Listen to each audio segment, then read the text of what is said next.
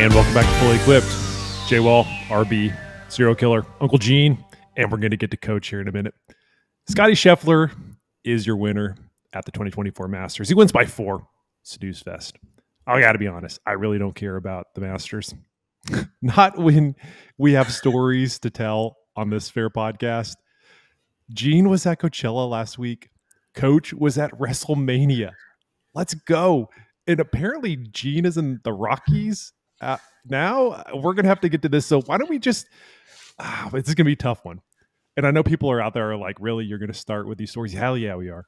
So why don't we start off with Coach? Because going to WrestleMania has to be like a top 5 experience for most guys out there. I mean, I feel like everybody's watched wrestling at some point in their life. But Coach, how was WrestleMania? Don't shake your head, RB. Do you Canadians not watch WrestleMania? Never no watched. wrestling? Never watched. No WWE?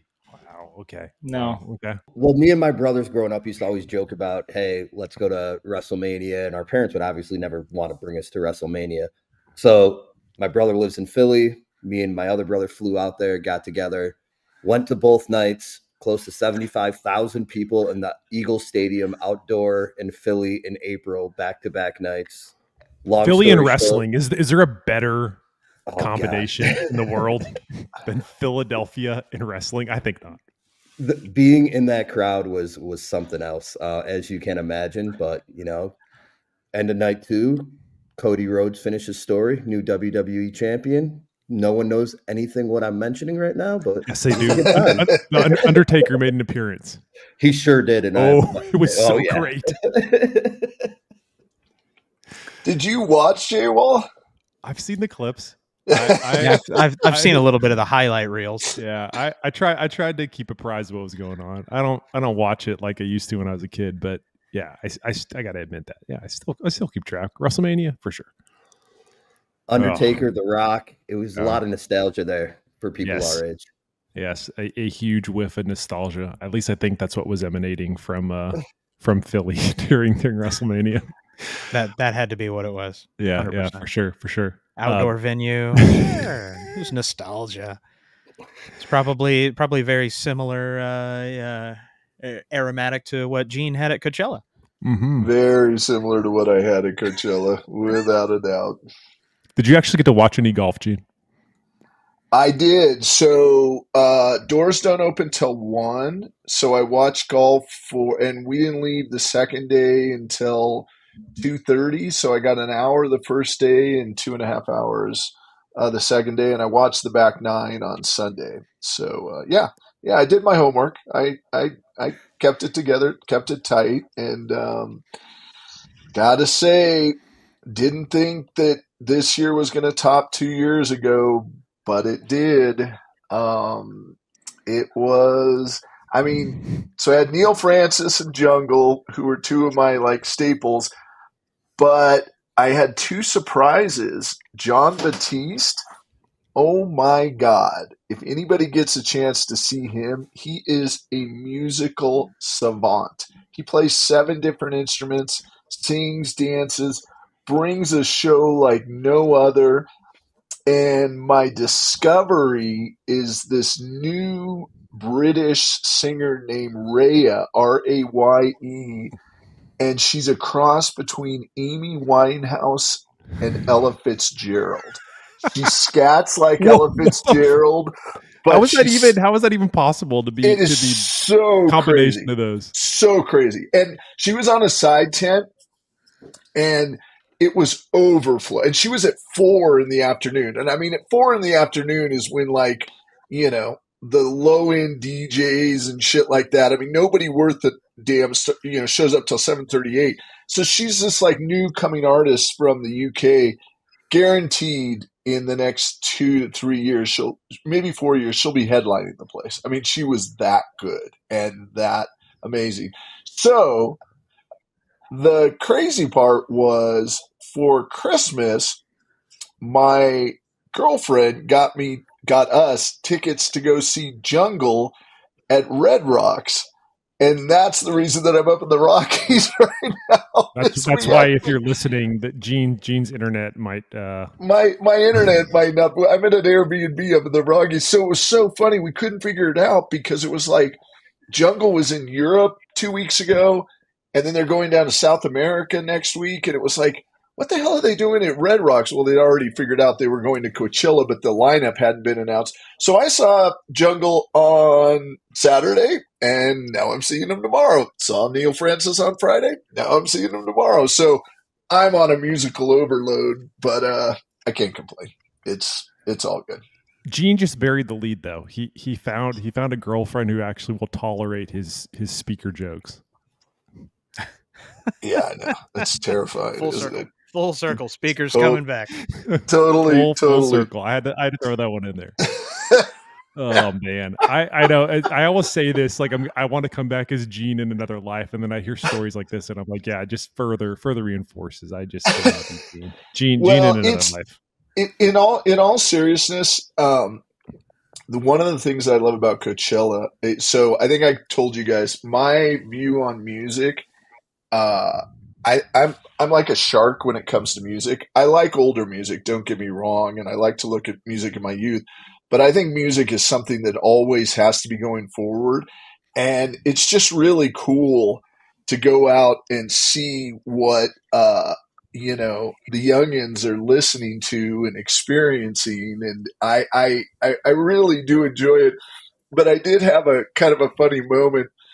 Aperol Spritz, which is this like Italian kind of cocktail, they had this big like booth set up, and I went in there because I like Aperol Spritzes, and I got an Aperol Spritz, and my two teenage daughters, they were off, and everybody was taking pictures of everybody in the Aperol Spritz booth, and I kept looking like, when are you going to take my picture? And I realized quickly that I wasn't the target audience. Nobody wanted to take my picture, so I slunk off with my drink and watched some EDM band. But yeah, I realized I'm a good 30 years older than the mean average of Coachella, but it's still fun. Yeah, you still find a way to have fun when you're there. That's still find a way to have fun. I can't complain. So, but they did do something really mean. And that's they took away the few benches that they had. And for an old man, that just sucks. I'll say Uncle Gene can't get his spot to rest his weary legs. I can't get a spot to sit down. Dogs are barking. Help a man out. Dancing and standing for 10 to 12 hours a day, it gets a little tiring. And so brother just needs a place to sit down. I'm thinking of like enacting the ADA or something. I mean, it's not cool to us, senior citizens. So yeah, that's my old gripe. I took my dad, like probably close to a decade ago now, see the Darkness, and I know like it's I believe a thing called Love That Band, but like they do have a very good like full catalog of like great music, and it was at a smaller venue, and I can remember my dad like the first thing he asked before I was like, "Are we sitting anywhere?" I said, "No, Dad, we're standing this whole time," and he's like, okay, because like he's doing the lean like halfway through, he's like finding the wall. It's like kind of like almost like not quite a club show, but I was like, I hope I want to be able to like get to the point where I can just, as long as I can stand for like 3 hours, I'm all good. But you made a good point. I mean, the idea of like moving forward, I really like that, Gene, because it made me think of like it was and we're like totally off the rails in golf subjects right here, but like Harvey Firestein or Firestein, who was like a musical theater guy, like awesome, like really funny dude, super friends with Robin Williams. I remember listening to an interview with him one time. He's like, "So what do you think?" Like, I don't know if it was like they were talking like I don't know if it was politics or musical theater, like theater or film or whatever it was. And he's like, "What do you think about like what people should like be doing now?" And like his first like thing was like, "What the hell do I like? I'm old. Like I should not be making any decisions anyway. We should leave this up to people to like let the young people decide."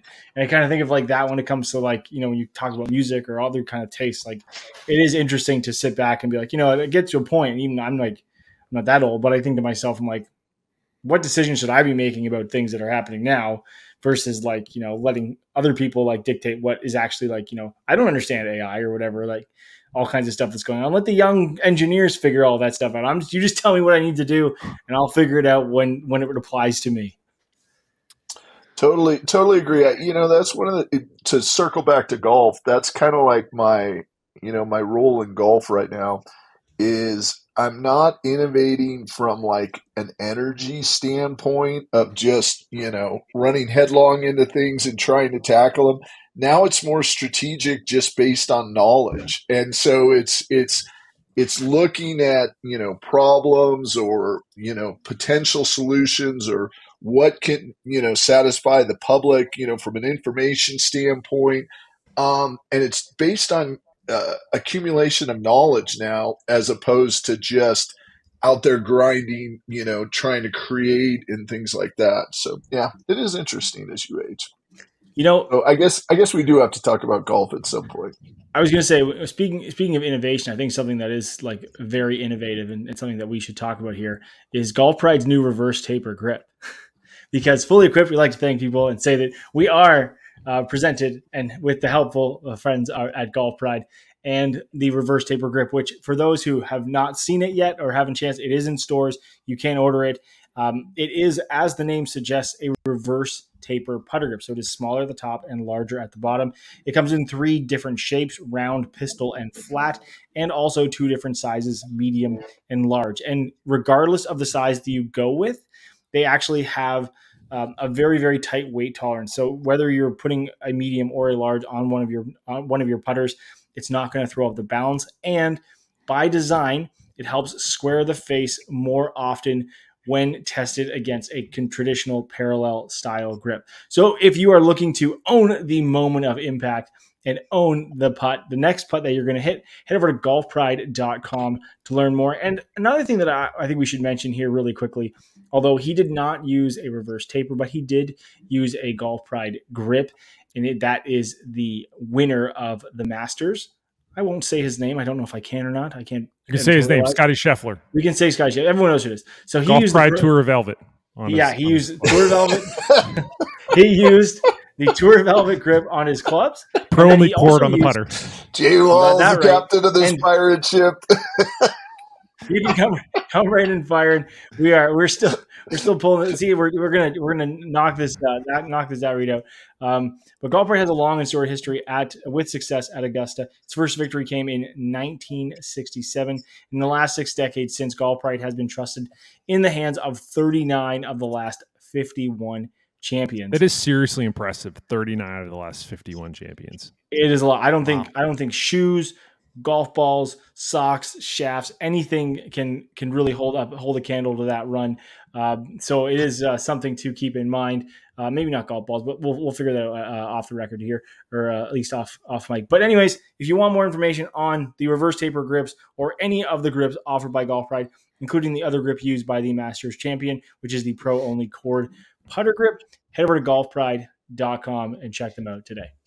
Pro Only Cord Green Star, because this is a gear podcast and you do care about that. I love that Green Star. Yeah, it's a very traditional cord putter grip. I mean, there's not a lot going on when you think about the reverse taper. This is much more traditional in that Green Star is an 88cc. So it's actually the largest of the 3 options. There's a red star, a blue star, and a green star. But it's not a massive change. The red star is 72 cc's, the blue is 81 cc's, and then the green that Scotty uses is 88. And again, that just kind of goes back to he's sort of trended towards larger grips, just as a way to help quiet the hands a little bit, but it's still in a very traditional shape. Anyway, great grip. Highly recommend it. Okay, great transition into some gear talk. Wow, surprising on this podcast that we'd actually talk about gear. I will say this: the last few Masters, not this one, but the previous Masters, very quiet on the gear front. Not a lot of juice. I would say that this year's was like a return to gear headlines, and that was fun. I mean, RB and I were in the thick of it during the week. The big ones, and you guys can. If we want to dive deep a little bit on any of these, I think we probably should at least spend a little bit of time talking about Bryson's irons. I think this is a pretty fascinating design. So what are the things that happens when you play on live? What live guys may not want to admit this. They may not like it, but we don't really track what the live guys are doing from week to week. RB and I spend a lot of time out on the PGA Tour. And so Bryson shows up and you're always wondering, hey, what's he got in the bag? Because anything that Bryson does, he does to optimize his game. And his game is unlike any other game in professional golf. He's using the single length irons. He's using drivers with crazy low loft, different bulge and roll designs on the face of his driver. The driver that he's in right now, the crank driver, that particular model is designed for the long drive circuit. And so again, just going back to it, doing things the Bryson way. So he shows up beginning of the week and he has Ping's I-230 irons in the bag. And if you didn't read it, a while back, I chronicled the work that Ping went into to design this set of I-230s for Bryson. There's a lot of work that went into it. So Bryson shows up with the irons, and come Tuesday, those I-230s are gone. And not a lot of people realize it because, again, nobody really cares what guys are using at that point unless your name is Tiger Woods. They're more interested in the build up and the par 3 contest on Wednesday. And sure enough, Bryson gets himself into contention, and everybody wants to start talking about the gear because it's like, well, what's Bryson using? Anything new and anything that we should be apprised of? Hell yeah, these Avoda irons. So Avoda is a direct-to-consumer brand. I got to be honest, guys. I did not know a lot about Avoda. Did you guys? Have you ever heard about Avoda until Bryson put the irons in the bag? Nope. Heard rumblings about them, but I hadn't seen them. Hadn't really done much research on them. RB, you? I'd heard a few people reached out on Instagram and like it asked me like, have you heard of this company? And like they have their Instagram page is like pretty bare bones, and then their website is kind of like basic Shopify website, and there's not a ton of information, and it's just like I know what you know, which is a surprising answer that I give to a lot of people when they're like, when I'm talking to like gear nerds who are like really curious, they've already kind of dug in on a subject. It's like, what do you know about this? Well, it's like, well, I wrote the thing that you're reading and I put everything into that I know. So I know nothing else. Like I'm just supplying information and I don't know anything else about this. From what it sounds like though, someone, and I tried to find the clip because I guess he had mentioned it somewhere on his YouTube channel at one point, was it's someone that he knows who really likes getting into like club design and stuff. And they just started working on like trying to, again, finely tuned spin using bulge and roll, just like his driver, which again, everyone knows is like, is at this point now is a crank long drive driver. So I think that's really all I know about them. And I did a video for Fully Equipped, our Instagram page, which kind of explains what bulge and roll does and how it could help with an iron. But it seems odd when with the way bulge and roll is designed to work on a club that has a center of gravity very, very close to the club face. It doesn't seem like it would be like hugely beneficial relative to MOI, but I could also see where it would kind of, because you think of the high ball, the low ball, not necessarily heel toe shots, but if you talk about the high and low, which is where most people are going to miss it with iron, especially a better player. Now you've got hit a little lower, keep spin down a little bit more. And if you hit a little higher, maybe it keeps spin a little less or spins a little more, whereas you normally get a dead ball. So, I mean, I don't know anything about him, but I want to like find out more. I'm just really super curious because anytime you see bulge and roll in an iron, it's not unique to iron like Bryson's irons, but most time when you see it, it's in like some either like mega low end hybrid set, or it's in something that's like super mega game improvement that like nobody's like Bryson or any higher spin player is ever going to use. Yeah, it is fascinating. So for people out there that don't know bulge and roll, the bulge is the heel to toe curvature, and the roll is going to be the crown to sole curvature. And it's as the guys just mentioned, it's basically a way to get the ball back closer towards the target line on mishits. And again, this is something that we've seen in Woods for years and years and years. And now, I mean, I agree with RB. I just can't. I can't see an iron like this hitting with regular golfers. Again, because Bryson is just so different. But the fascinating part about these is they almost didn't happen for this week, which is kind of crazy. So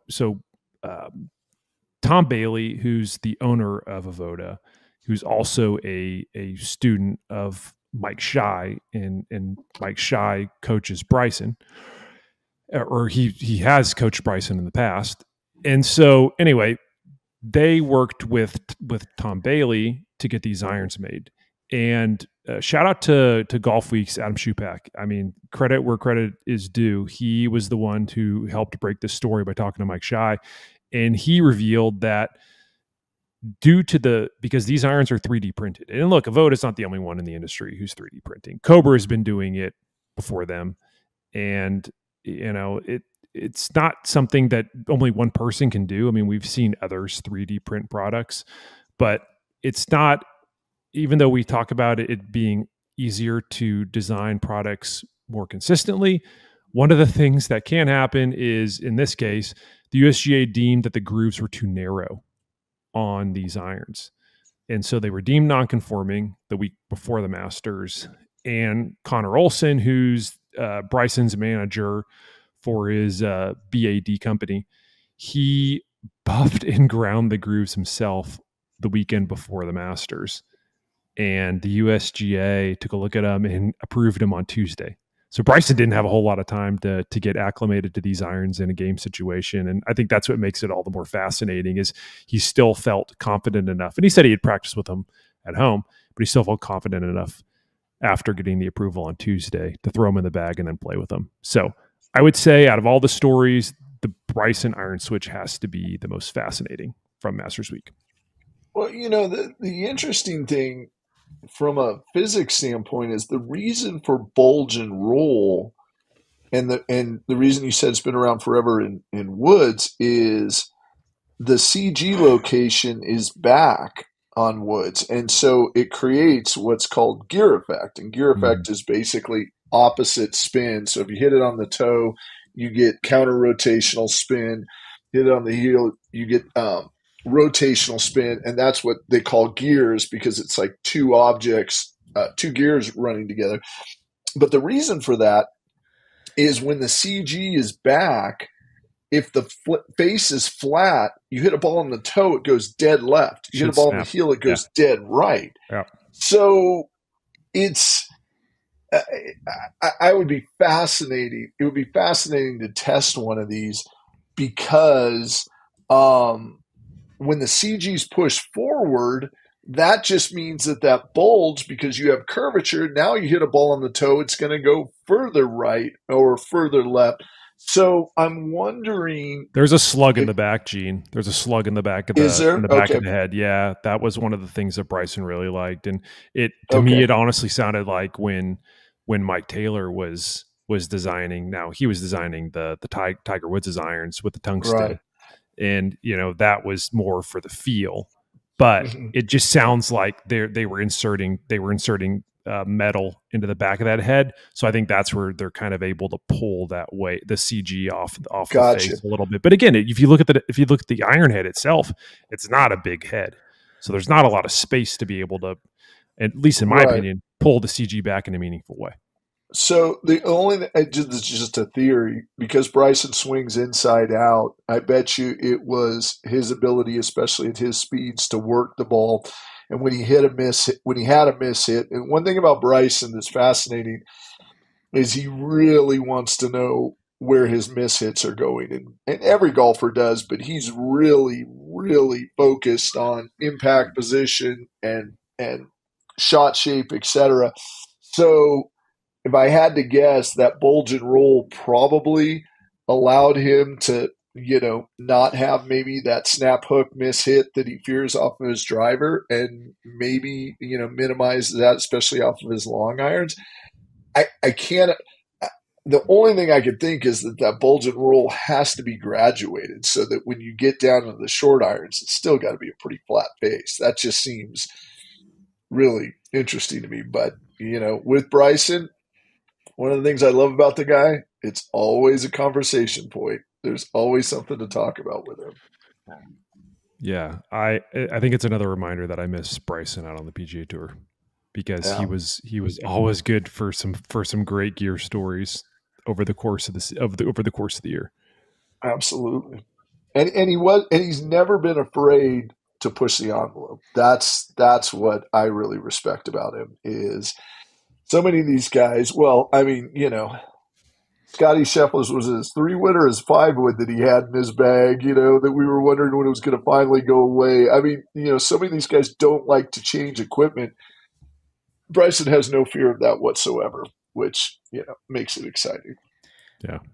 I do find that fascinating with Bryson, and like a very few select number of golfers who will just kind of switch and they don't seem to have a big issue.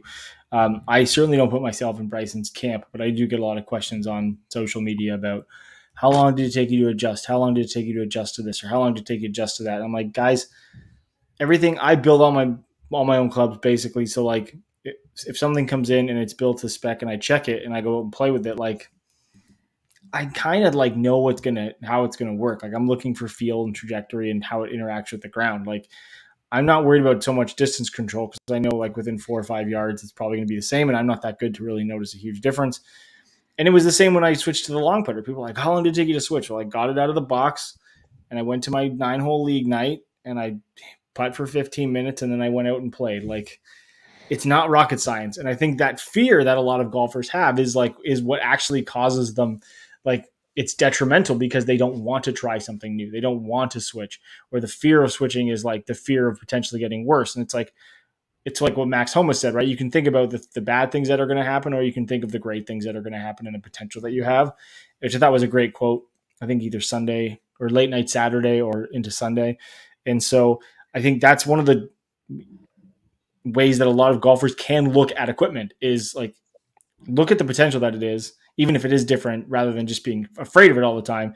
Because if you just approach everything with fear, I think in golf equipment, but in much greater scope of life, like you're just holding yourself back from just trying something. And I'll give it full credit to Bryson. He could have come out and just like shot 87 and everyone would have made fun of him and said he shot 20 over par. And, it would have been like a non-story. But the fact that he came out, played well, talked about them, and then continued to play well, and really, in honesty, like his wedge game was his downfall on come Sunday. Like that to me is more.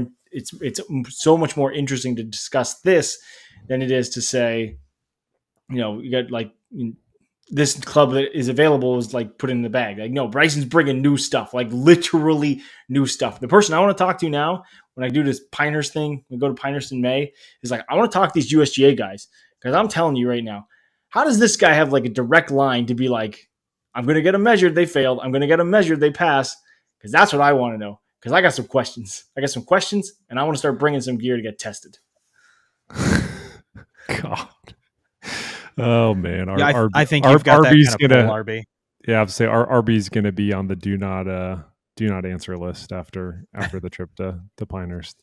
There at the front door, just ringing doorbells. You'd like the fisheye view of the Ring doorbell. Oh God, here's RB again. Oh God, it's that guy from golf.com. Crap. Lock the door. All right, I'm gonna be on the no call list with Jack Ham. It's the frosted tips guy, not him again. Love a God. We might get him on the podcast. I'm so close. I'm so close to just saying, like, screw it. And let's just get him on. Why not, man? I just can't wait. I got a direct line. I love being gaslit. I know that Uncle Gene does. Anyway, do we keep him on for a full episode with all of us? Take some maybe some voicemails with him. See what he has to say. He is. Yes. The answer is yes. I'm either going to go on vacation or just tap out because I don't want to be gaslit about the reverse driver hollow face thing. It's gonna be an absolute banger of an episode. That's all I can see in the future. Anyway, the other ones I just want to go through briefly, and then I do want to touch on some stuff that was spotted this week out at Hilton Head. Colin Morikawa, I said it in the weekly gear notes, straight out of the Dustin Johnson playbook. He shoots 71 on Thursday with a TaylorMade Spider Tour X Scotty mallet, but loses 0.4 of a stroke on the greens and decides this is not the putter for me. So he goes back to his TP Soto, And damn, if he doesn't make a run, we ran out of steam on Sunday, but he played the final group with Scotty Scheffler, so that's pretty good. But he did something else other than the putter change. And I feel like people were fixating on this putter change, and there's just not a lot there. I mean, it's just a guy who's like, I might as well switch it up and see what happens. But Colin finally, and RB's been really good about tracking this. Credit to him. Because anytime that Colin throws the OG Sim back in the bag, the OG Sim driver, he is quick to point that out. But Colin switched to a 9-degree from his 8-degree Sim to a 9-degree QI10 LS, and then also added a 13.5-degree QI10 fairway wood to the bag at the Masters. And TaylorMade Reps said that he was looking for a bit more spin, and the LS is still a low spin product, as we saw during robotic testing. So that's not something that you're going to see a whole lot more spin, but for a guy like Colin, whose numbers are absolutely dialed already, even a little bit of an uptick in spin is probably a good thing. Kind of keeps those squirrely balls from being an issue. So you did make a change there. And then the other one that I did want to point out, did we talk about Koepka last week? I think we did. We mentioned that he was going to be potentially changing putters. So he did, into Phantom, bombed out, 9 over, never in the mix. And then Tony Finau went the Phil Mickelson route and played 2 drivers, 2 ping G430 LSTs. One was his gamer driver, and then the other. This is going to be a perfect segue into our next topic. But this I feel like this driver could be an interesting one for golfers. So he was using his gamer LST at 45 1/4. And because he wanted to get in this yardage, he felt like, somewhere in like 285, 290 was a good range for him. And he didn't want to have anything back of that. He actually didn't see much of a use for 3 woods at Augusta. Interesting. Scheffler won with one, so that blows your theory all to hell. But this is going back to last week's conversation about RB saying how important 3 woods were, and Tony Finau said, "Well, Scheffler won with one, so hey, that shows you how important they are." Where's the boot button from the boot? From, where did Finau finish again? Ban from studio. There it is. I'm going to start perma banning here. Anyway, so you should have one of those red buttons that just like you're canceled. Can I just I think I can actually just start muting people. But he used this second. This is more loft, so 10.5 degrees on the shorter driver, about at 44.5, and it's in Finau's eyes. This was like a mini driver. Called it a little driver. We're starting to see more of the little drivers, mini drivers. Again, perfect segue into this week. So the mini driver, the TaylorMade Burner Mini is now out, and there's word that Rory was testing it. I don't know if he's going to use it. It might be a good option because Hilton Head is very narrow, and there's not a lot of space to bomb it. So why not throw a mini driver in the bag, especially for a guy like him who can already roast it? But now we're seeing Callaway coming out with their own mini. It's called the Callaway Paradigm AI Smoke Tie 340 mini driver, and I think the 340 is what we all are thinking, 340cc. So they're coming out. This is a good week to bring out a mini, and it's got from what I could tell, two weights in the sole, one front, one back. Nothing really going on there. But I want to talk about this other club, guys, that was spotted. Paradigm AI Smoke DUW. Did you guys see pictures of this thing with the weights? There is 2 weights in the sole, but there is a weight in the like far corner of the heel and the far corner of the toe. When I say far corner, I mean that weight is maybe like an inch and a half from the loft stamp on the head. I mean, it's jammed in there. What do you guys think is going on with this thing? I got to look this up. What is it called?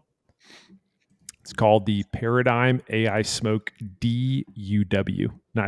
What does DUW stand for? Driving utility wood. Yeah. It's a mega low loft version of the utility wood, which looks really interesting. It's actually has a slightly deeper face as well compared to the standard UW, but it is slammed with weights.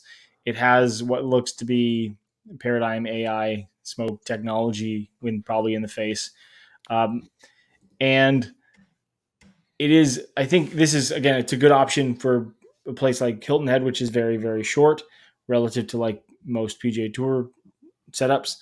But what I was going to say about the mini driver, and I put this on Twitter, and I was like, just kind of, I was sitting there just after my daughter went to sleep, my oldest or youngest daughter went to sleep, and I was just like typing away, and I just let it like float into my head. And it kind of makes me think of, I know we don't have to like start the whole rollback debate potentially. But what I'm saying is, what makes it very interesting is when you think of a driver, because I feel like I can articulate it better here than I can on Twitter, is a driver for most players now is considered to be like a one-shot club designed for complete and utter ballistic launch pad firing off the tee. Most of the time, it's just a low spin fade. I'm not saying like Jake Knapp hits this beautiful little draw with his driver when he's like firing on all cylinders. Bryson happens to play a bit of a draw. Scotty can kind of hit one, but we're picking and choosing here. Rory can do it a little bit. Rory plays a draw. Rory a lot does. Of these guys play. A lot of these guys they play do. draws. But if you think of like, I think if you were to go along and like kind of pick and choose, the idea that the power fade is kind of the more predominant club because of, again, center of gravity location relative to the hosel, and we talk about the axis of rotation.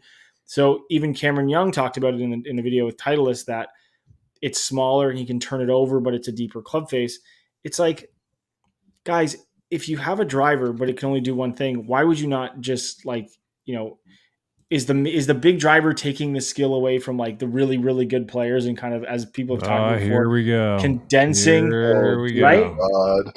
But the smaller driver, a smaller driver puts an emphasis on hitting the middle and also not working the ball. And I just think it is this weird thing now where like it's like the driver goes so far. The players You've gone off the reservation, RB. Guys, we need a drive. We know what I need. RB, did you see the score? Did you see the score at the Masters?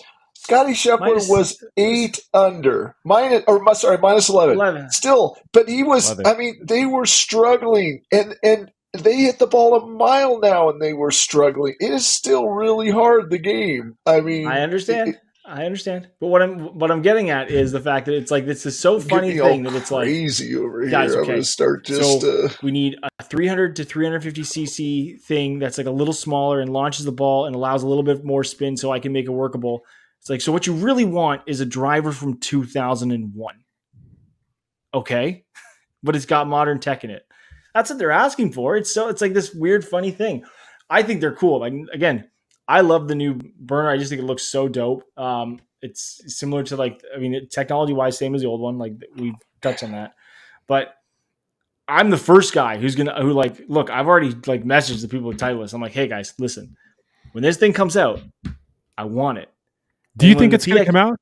Do you think the TSR is going to come out?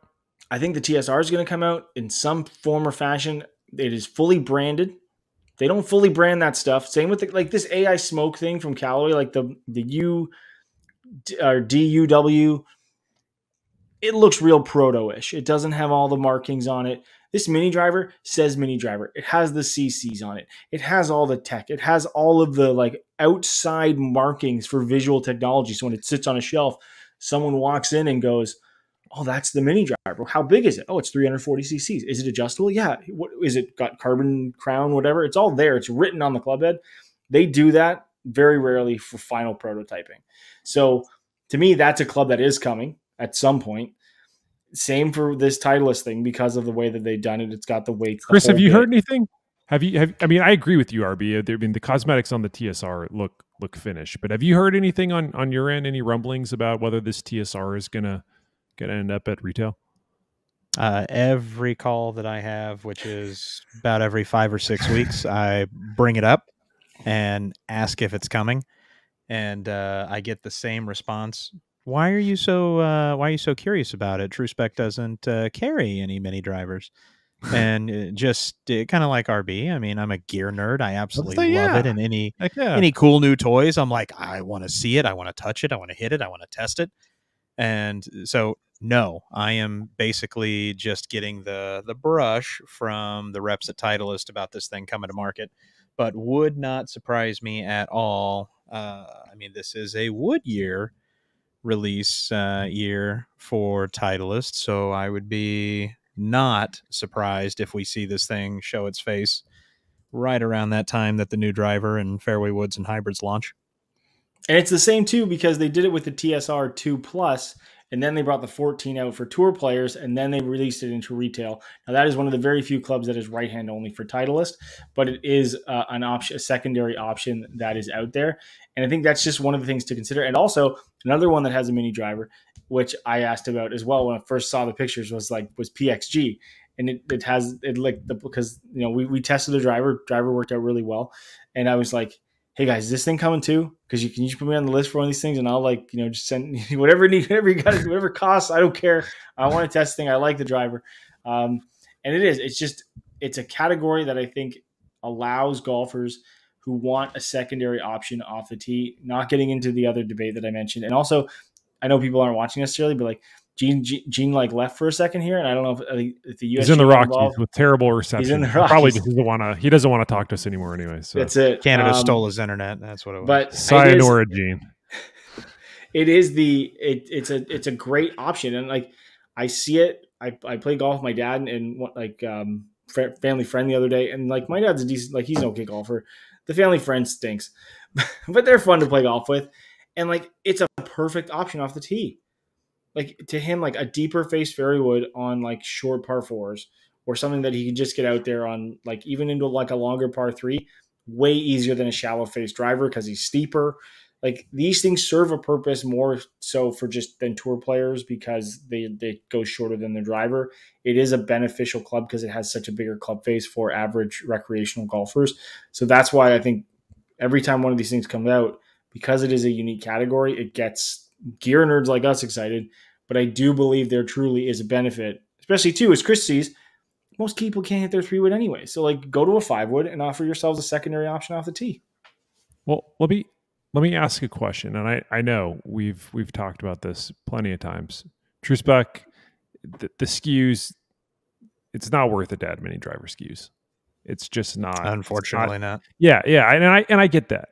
But when I see a guy like Finau, and again, I know this guy is an elite ball speed, but if you had a guy who fell into a category where it's like, look, I cannot look at a 3-wood, can't hit it, but I have this massive hole at the top of my set where I like my driver, but man, I got to have something else there when I need to hit this particular yardage. Would you be more inclined, if you had the mini driver as an option, to offer them a mini driver, or to go the route that Finau did with his second driver and maybe suggest like a shorter length driver with like a bit more loft to try and fill that gap? I mean, it's those are your only two options, Chris. Okay. All right. No, I mean, you right. can throw out a third option, but again, it just like sparked my curiosity where I'm like, man, that's actually not a bad idea. Just a shorter length drive with a bit more loft to sort of find that gap. I would be inclined to point somebody in the direction of the mini driver rather than doing a shorter conventional driver. And I mean, like we've talked about several times before, spin keeps the ball in the air, spin keeps the ball in play. The mini driver is going to be shorter. It's going to be a little more compact. It's going to be easier to hit than a conventional driver for some people. For whatever reason, a lot of players in that amateur realm get driver in their hand and they lose facial awareness. The shaft gets long, their dynamic balance and just the angles that they create become a lot more inconsistent and sporadic than what you see when they're swinging within themselves with a fairway wood or hybrid or irons. So the mini driver is a great option for that player that may have good success with a fairway wood, that may be a little bit more shallow to even with their angle of attack, kind of a sweeper picker, or even somebody that has a positive angle of attack with their fairway woods, and it gives them a little bit better option off the tee than the oversized 460cc head at 46 I'm the inches positive long. attack angle guy. There you go. So how well do Unfortunately. you hit mini drivers? Great. It's probably my favorite club in the bag. There we go. If anyone's actually looking for a mini driver, a great place to look for one, because you can find the new TaylorMade burner there, is at fairwayjockey.com. It offers the world's most extensive collection of aftermarket shafts and custom equipment built by tour level builders to tour level specifications.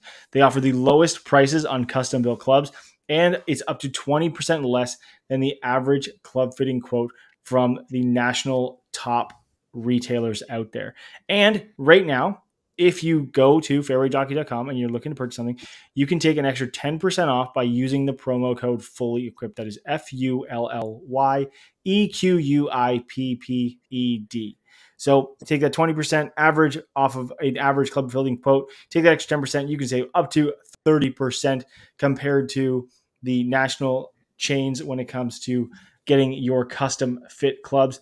And they also offer all kinds of small batch and limited releases. So if you are looking on those days when companies and OEMs are doing those limited drops, check out Fairway Jockey. I can remember last time one of our esteemed coworkers was looking for a Scotty Cameron limited release, couldn't find one anywhere, and actually just like a normal consumer picked one up very last minute on fairwayjockey.com. So head over there. If you're curious, remember, use code fully equipped for 10% off. There we go. A couple more things, and then we're gonna wrap episode 237. Did you see that that Tony Finau is now a putter designer? Speaking of Finau, because we just talked about him. I thought that was so cool. Very cool. Very cool. Super cool. So Finau's one of those guys who, and I'm sure a lot of golfers probably out here already do this, but out of the rough, he will, when he's practicing, he'll use the toe of his putter to kind of dislodge the ball and pop it up out of the rough. And again, this is something that golfers out there have probably done before. But Ping decided, hey, you know what? What the heck? Let's design a basically a PLD mini.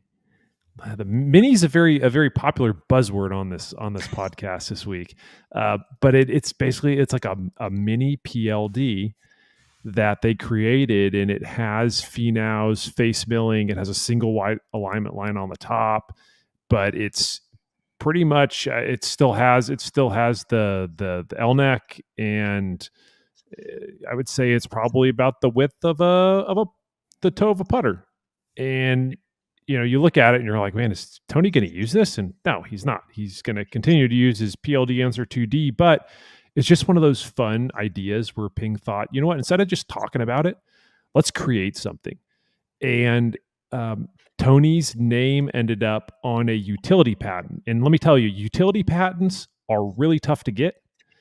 And Tony's name is on one with the Ping president and CEO, John A. Solheim, and principal designer, Tony Serrano.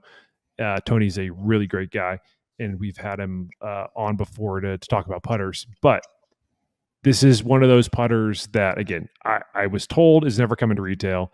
It was merely a way to create something fun and base it off of something that Tony already does, and then also get his name on a patent. So he is, from what I was told from Ping, he is the first pro to ever get his name on a utility patent, which, considering Ping's extensive history, that's pretty cool. It's very, very cool. And the design is, kind of like you said, it's a fun design. I mean, I would take it out and mess with it if it was brought to production. I took the chipper out when they released that, and I was having a blast with it. And yeah, I will be full disclosure, I hit some great chip shots and pitch shots, and then it was stolen out of my bag by my stepdad, and I have never seen it again. I love the chipper. I think the pink chipper is like such an underrated club. And it's one of those things that, it comes out and we talk about it because it's like the hot new thing and then it goes away. But for like the longest time, this thing was back ordered for like when it was originally released because people were lining up for this thing because it offers face technology. It has a very cool sole design. It comes from a company that is offering custom fitting when it comes to this thing. Whoever's thinking like they're going to get custom fit for a chipper. But there is a purpose to using this golf club, and it can really help golfers improve and makes the short game a lot easier. And I think it's kind of one of those things as well as like Tony's, or it makes me think Tony's putter, which again looks very unique and looks very ping because of the design and the PLD aspect of it, which I think is so dope. I know that they don't talk too much about it. They're pretty hush. They're not really loud about it. But if you walk around the Ping offices, there is so much cool stuff kicking around there that like never, ever, ever sees the light of day. And it's like a lot of OEMs, like a lot of OEMs do have this. But I feel like Ping, they're just like so quiet about it. They just try stuff and then it sits there. And it's like, it's just this really neat little place where like they let their engineers just really run wild with a lot of stuff. But it does remind me of the Never Compromise Stubby. And I know there's a company, a club company out of Korea that still actually makes something very similar. It's not called that, but it's basically it's kind of the same thing. But the Never Compromise Stubby, because as we've seen now, Never Compromise is back with like a number of putter designs. So they famously have the black, gray, black.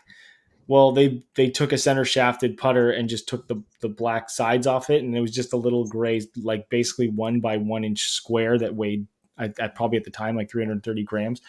And that to me, that was like such a cool thing. And then at one point they kind of like shot up in value on like the secondary market because you couldn't get them anymore. But I think it's a perfect training aid for Tony. And it is one of those things to your point, Jonathan, like if you've never had, it's much harder with a blade putter or a mallet putter, sorry, like a larger putter or like a round toe putter, like some of the Odyssey models, like a Rossi or something.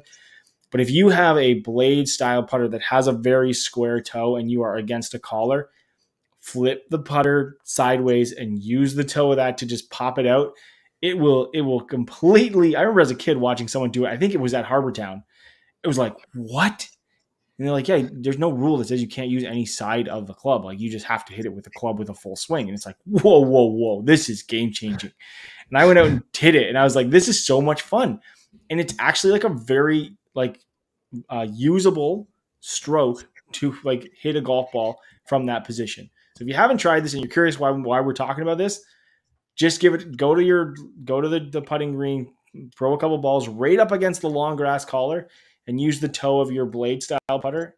And it's so much fun, and you will be shocked at how easy it is to just hit that shot and get it out. Or just throw a chipper in the bag. I mean, whatever you got to do. Whatever you just do it. Throw a chipper in and then get it stolen out of your bag by a relative. Or you could use a 9-wood. A 9-wood with that club too, with nice little rounded sole. Just putt it right out of there, 25 degrees aloft, right out, no problem. Lots of options. Just go full 11-wood. Once Think you go outside full the box. 11-wood, you'll never go back. Okay, last thing for you. So I had a chance to chat today with TaylorMade CEO David Abeleys, and I was curious. The reason for the call was to talk about like what is the value? What is the monetary number behind a Masters win? And it actually was pretty fascinating, guys.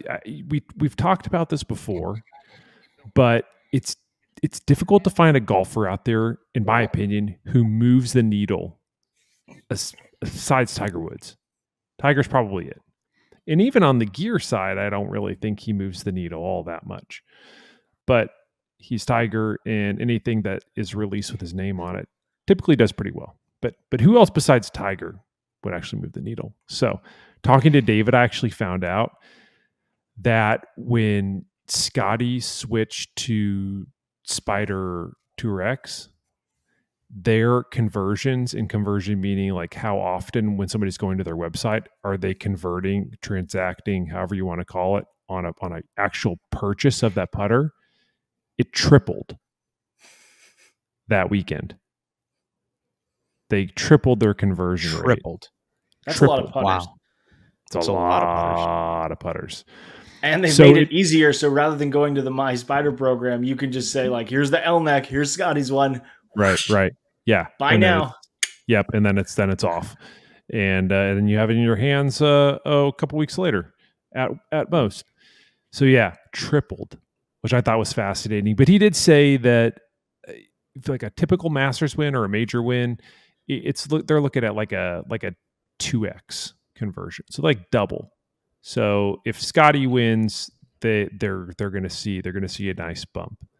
But again, I was actually surprised. I would have thought it wasn't as high. But yeah, I guess. And again, with spider putters, I feel like it's one of those things, kind of like a driver, where you see a tour pro using it, and maybe they're having success. And you're like, yeah, I could justify buying one of those. It's not a set of irons.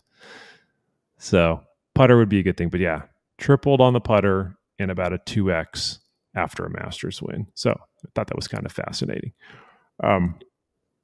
It certainly creates awareness, which I think because of the viewership relative to the an average PGA Tour event, that there is this especially when you see the close-ups of all the shots and this, obviously people can it's pretty easy to recognize a spider putter versus other putters, or some different Scotty Cameron models or Ping models. Ping basically say Ping in the back cavity. Scotty Cameron has 3 dots or whatever it happens to be. So I think the sale rate is one thing, but the brand recognition that continues to build over a period of time has inherent value, which is why these guys have contracts. That's why Colin and Scotty in that final group, those sweet TaylorMade Masters bags get set down by every green, all these things that is the same thing that when the Tiger's ball sat on a lip and it was they called it $15 million worth of advertising in that 17-second clip or whatever it was. That has value that is very hard. You can assign a monetary value to it from television viewers, but then it gets recycled on social media. People make memes out of it now. Tiger shaking Vern's hand behind the tree became this massive meme, which was actually very funny. There was a number of very, very good ones out there. But I think that is what I think social media has done to what these players are valued at.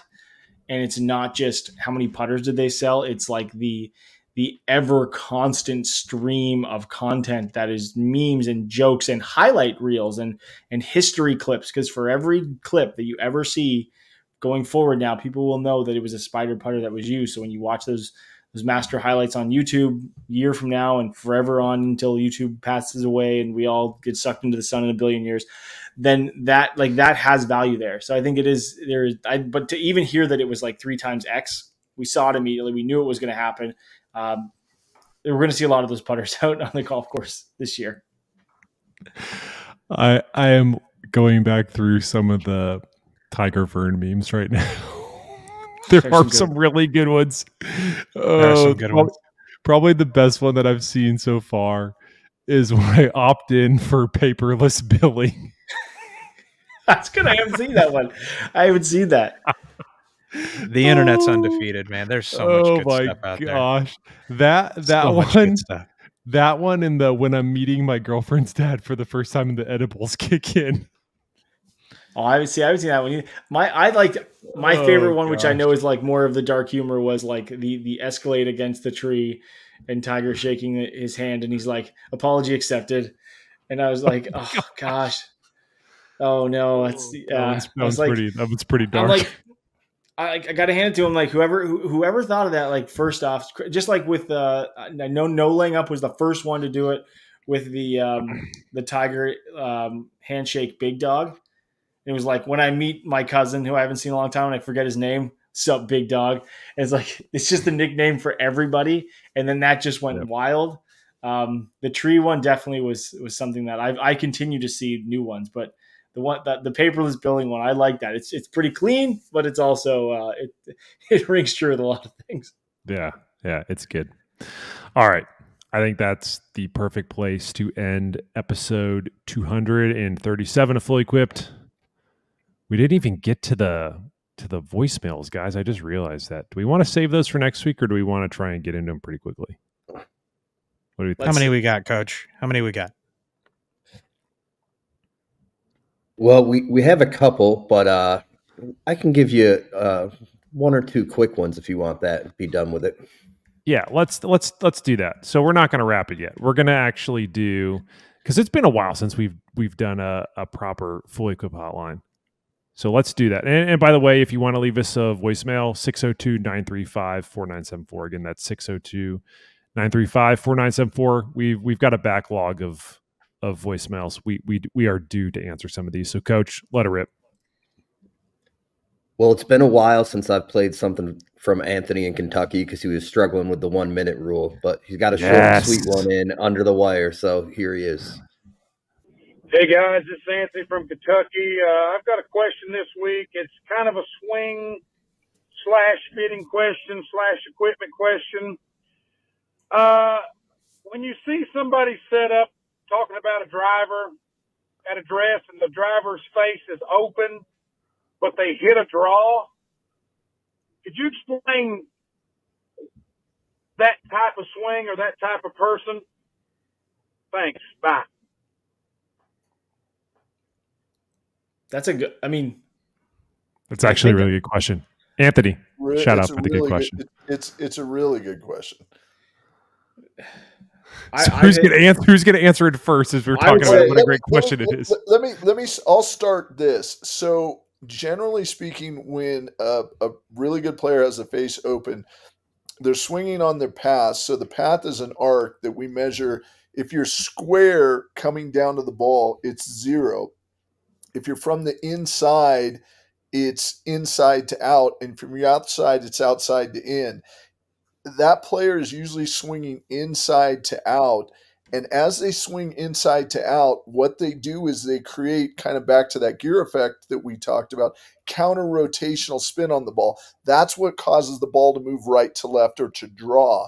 And one of the reasons that they open the face is, depending on how much they swing inside and out, they want to start the ball further right to bring it further left. And that's the main thing. And so they either do that based on setup. So faces are designed to be open or closed, like a draw bias club is really closed.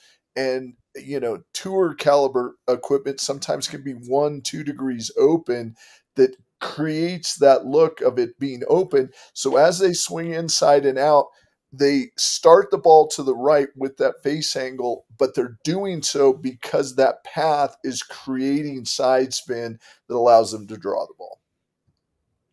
That's what I was going to say, because I do that from time to time. From a fitting perspective, even from like a coaching or swing perspective, like I would not, if the golfer is comfortable hitting that shot and that's their go-to shot and they like doing it, and we don't want to change their grip or their setup or anything like that, then you just talk to them about what looks good and what feels good and what works for them, and then you optimize based on their delivery numbers. Like there's nothing you really want to change in a lot of cases, because they're looking most likely from a visual perspective from address is what makes them comfortable from alignment. Because you have to remember, everyone aligns the club differently. Everyone has different eye dominance and what they're looking at and the target line and relative and all that stuff. So if someone just comes into like a fitting like that and that's the shot that they're hitting and you see that it's pretty consistent, I would never, ever change that. And I would just discuss what they see, how they see it. And then from a driver and equipment perspective, I would talk about certain head shapes and what they like, because again, just speaking from my own personal experience, I find drivers that are very long heel to toe, especially if they have a more rounded from the top of the crown to the toe and it starts to get more curved, it looks more closed to my eye for some reason, just because of like dominance. And then those drivers tend to look closed. I don't really like it, even no matter how much I open the club face. So that's where head shape and the discussion from a fitter perspective, and the golfer doesn't have to be able to like interpret every element of their swing path and all stuff. They just have to know what they like, and then you as a fitter work towards fitting them into like whatever that happens to be. Because I'm sure you see it all the time, Chris. You hand a golf club to someone that I don't like the look of it. All the time. And that's to answer that question and steal a little bit from both you and Gene, like from understanding ball flight, let's just presume that the player is striking it in the center of the face and not necessarily fighting with or dealing with too much gear effect. But a face angle at impact dictates starting direction of golf ball. Difference between face to path relationship is going to influence the amount of axis tilt that you have on the ball, and therefore influence the amount of curvature that you see downrange. So presumably, if they are open in relationship to the target at impact, golf ball is going to start right of that intended target. But then, as Gene said, if path is closed in relationship to the face, then, or face is closed in relationship to the path, then that ball is going to want to tilt the spin axis and move right to left. Now, from a fitting perspective, there's a couple of different things that we would look at in order to correct that ball flight, or to basically eliminate a ball that starts right and stays right, or a ball that starts right and then gets you that kind of knuckleball hook. Oh, and that's going to be, as RB said, overall head design, length of shaft, weight of shaft, bend profile, and just the characteristics of the head that we've kind of talked about on previous podcasts. And Gene has alluded to with robot testing, some perform better off the toe versus the heel versus high versus low. So it's a combination of understanding your ball flight, what you're doing dynamically, and then cause and effect with your face to path relationship and understanding facial awareness, and then also finding the right shaft and head combination to complement what it is that you're trying to do and help to manage the miss that you would see. Hey, Chris, I got a question though. For the tour players you work with and the scratch players, how many of them like that face looking slightly open at address? And especially the guys, that swing inside out. It's, face progression that's going to have a little bit of a fade bias or a flatter static lie angle have the appearance of an open face in relationship to what is neutral at address is, I would say, greatly preferred by the majority of tour players. For that type of player, a fade is going to be a little bit easier to control. It's going to have a little more spin. They have more confidence in that ball flight more often than not. And for those types of players that like to hit a push draw or even just a draw that starts on their intended target line and falls left, something that has a face progression or has a bias a little bit more right just helps to guard against that left miss. So I would say that that particular bias or look is more preferred by the majority of better players or tour players out there, compared to something that looks square, even a little bit draw bias or upright in relationship to that flatter lie angle. And it's because they fear the left, right? It's that big miss. They'd rather have a block than that, that's their big miss, is that snap hook. And so they want any aid that they can in their equipment to prevent against that.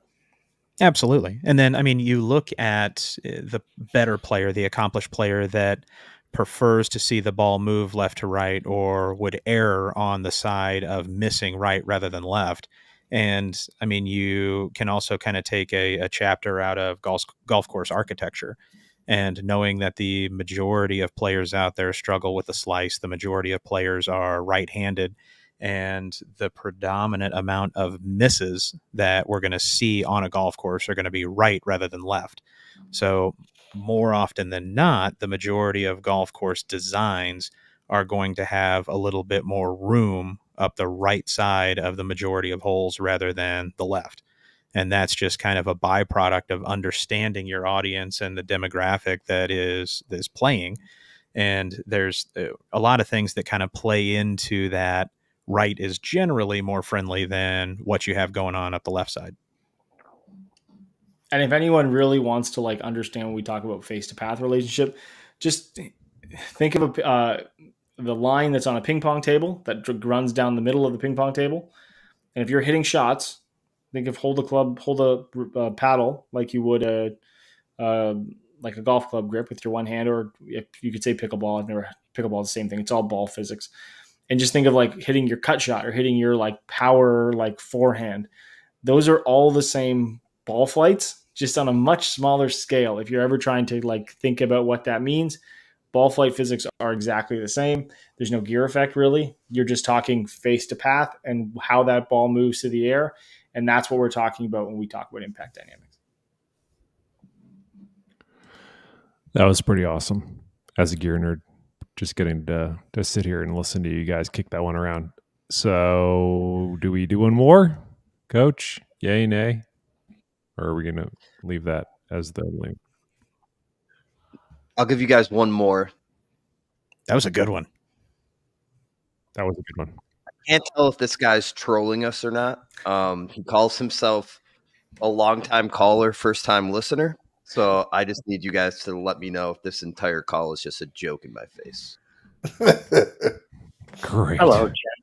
This is Dale calling, longtime caller, first-time listener, calling from beautiful Naples, Florida, which I'm told has more golf courses per capita than any other city in the United States. Anyway, being in the industry, I'm kind of a gearhead as well. I'm wondering why every week that I look at the USGA's driver conforming list, I see the same things on there every time. I'm wondering who's buying these products and are they new every week? And I'm talking specifically about something called a Heavy Driver by a company called Heavy Putter and a company called Henry Griffiths. And there's a company called PRGR that has a driver that's called Force of Egg. I'm wondering who is buying this stuff, because in 45 years of being in and out of the golf industry, I have yet to see one of these clubs. Thanks for the call. Bye. So I don't believe that was actually. I mean, it seemed like a legit question. It seemed legit to me. Yeah. It's Henry Griffiths used to be a client of mine way back in the day. I mean, I was like, everybody was a client of yours, Gene. I tested those at one point in time or another. And I did an infomercial for Heavy Putter on their driver about, it was about 25 years ago. So maybe this is a time machine question, because all of those brands were popular about 25 years ago or so. But I haven't heard of any of them recently. The thing with the USGA list is this is why I like to use the RNA list in most cases, because the functionality of like how it works is it's not super new, like the way the back end of the site works. And so because of that, the clubs that they're talking about are the ones that generally come right to the top immediately for some reason. I don't know why, but I know it's exactly. Total beating. So I'm glad to bring this up. They're right there all the time. You see the Bosseri Heavy Golf Driver. You see some of the stuff from PRGR. You see some stuff from Epon or Bridgestone Japan or whatever it happens to be. There's things that just kind of sit at the top unless you start using the search function. And that's all the only reason why it's there is it could be sitting around for a really long period of time. It doesn't mean that it's newer. You can search by date added, which is another way that you can go through the process.